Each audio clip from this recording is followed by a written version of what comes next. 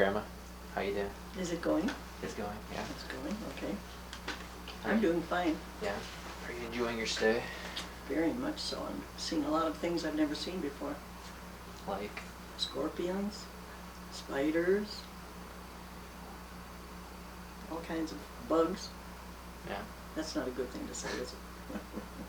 And that's not really enjoyable. Okay, so we're going to start off with your childhood. How many brothers and sisters did you have? I had 5 brothers and 3 sisters. There were 9 of us all together. Wow. Mm-hmm. Big family.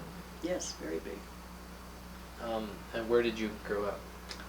Well, I was born in Milwaukee, and then we moved to Cedarburg. I lived there for 3 years, went to high school in Cedarburg. Then we moved to Waukesha. I finished my high school education and graduated from Waukesha High School in 1943. And what was your most memorable childhood moment? Or what were some of your most memorable moments, good or bad?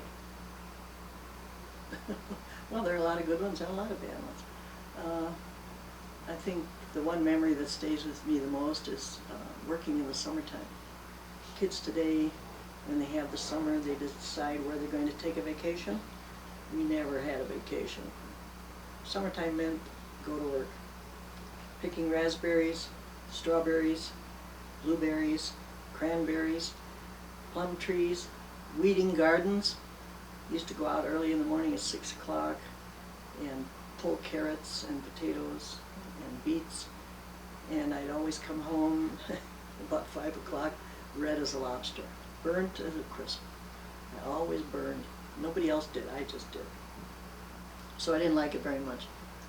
And we were paid 2 cents a box for raspberries. Can you imagine? Today they sell for $3 a box. Yeah. 2 cents a box. If we made 12 cents a day, we thought we were making a lot of money. Yeah. That's kind of what it was like growing up during the Depression. Yes, this would have been in about 1934, 35, 36. I started working during the summers when I was 8 and 9 years old. Worked till I was 12, till we moved. Mm-hmm. Was there a big difference in the mindset of people during that time? Oh, definitely, because everybody was in the same boat. So you didn't mind having to go to a neighbor and get eggs because everybody else was going to another neighbor for eggs, and you'd exchange eggs for bread. Or if you raised chickens, we had chickens, we would exchange eggs for milk or for bread. So everybody did the same thing. So you never felt deprived. There was always plenty of food to eat, and of course we did have our own garden, and we raised everything, and we had to go out every day and squash cabbage bugs. They're little green ones like this, and you had to squash them in your fingers. So, what were some of the traditions or routines that your family had? Well, Thanksgiving was special, and the whole family was always there. Something we did then that is not done today in many homes, and that's that we had to be home for dinner. The family, everyone had to be home for dinner.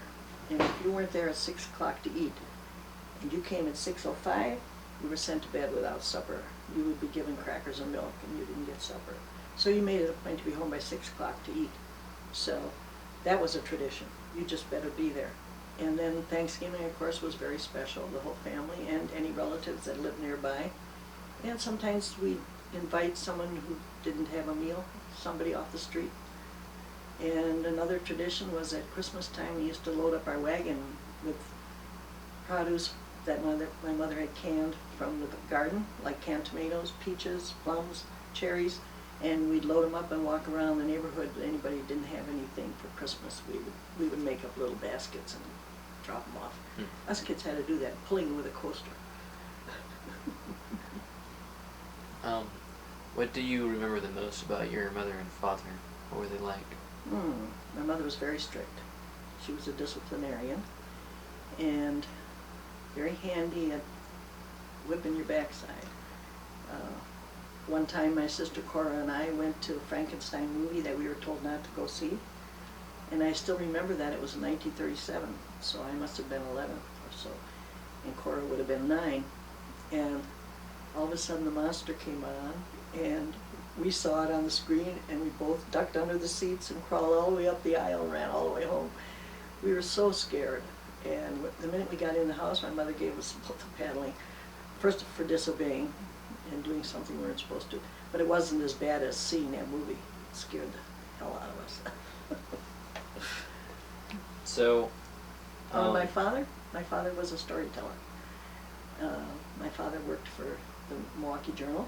He was a linotype operator. And at night he would bring home long galley sheets like this that had come off the day's presses. And it didn't just have to be what he had printed. It could be from everybody. And he would bring it home and distribute it to all the kids and say, okay, now I want you to look for punctuation errors, grammar mistakes, anything you see in error. If the line isn't straight on the side for the column, the spelling, anything that you found wrong. And of course, that was our homework. So all of us learned our English from home, never from school. By the time we got to school, we didn't even need an English teacher because my father was a real expert. that's when you became very familiar with it and knowledgeable. About the English language? Yeah. Oh yes, through my father. Well, it only stands to reason he was a printer, and what he printed in the newspaper had to be spelled right, it had to be grammatically correct, it had to reflect the times and the copy he was given. So we knew the minute we looked at something whether it was right or not. Mm. It's just growing up with it. What newspaper did he print for? The Milwaukee Journal. Okay. Now it's the Journal Sentinel. Another thing we always did, which was a tradition, after we finished eating and all the dishes were done, my mother never did dishes. Never. From the time I can remember, did I ever see her wash a dish. My mother would just gather them and dump them into the dishwater for somebody who happened to be washing the dishes, and the rest would be drying. But the minute all the dishes were done, we all got to the table and we played games. And our biggest one was word games. We always played word games. I'm thinking of a word that rhymes with such and such. And that's how our vocabulary grew, which was a great way to learn, the English language. And then my dad would, when we went to bed, he would tell us stories about the war. He was in World War I. And he'd speak to us in French, and he'd march up and down and show us his gas mask. And he was a really good storyteller, so he was in the right business. But he was also a great tap dancer. He was a great tap dancer, Jesse. We used to shove the rug back and we'd all sit in a circle like this and watch him tap dance.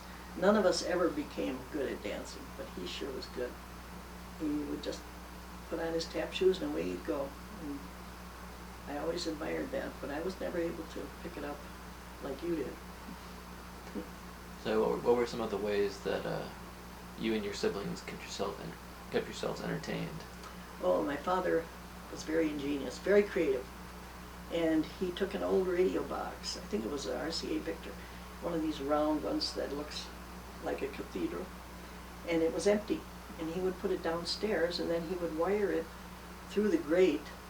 In order to heat the upstairs, you had a grate in the ceiling, and you would open it, and then the heat from the furnace would go up into the attic. And we'd all go upstairs, and then there'd be an audience downstairs. And then we'd tell stories and read poetry, tell jokes, and it'd come through the radio like a radio program. So that was our entertainment, besides outdoor games with other kids, of course. But we did a lot of stuff just family. So, what exactly got you interested in religion and what you studied later? I think from the day I was confirmed and baptized on the same day when I was 12. And I took it very seriously.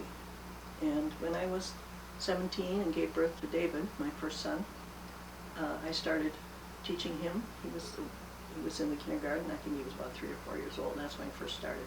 So I must have been about 20. And I've been teaching ever since I was 20 years old. From kindergarten all the way up now to adults. And I've always enjoyed it.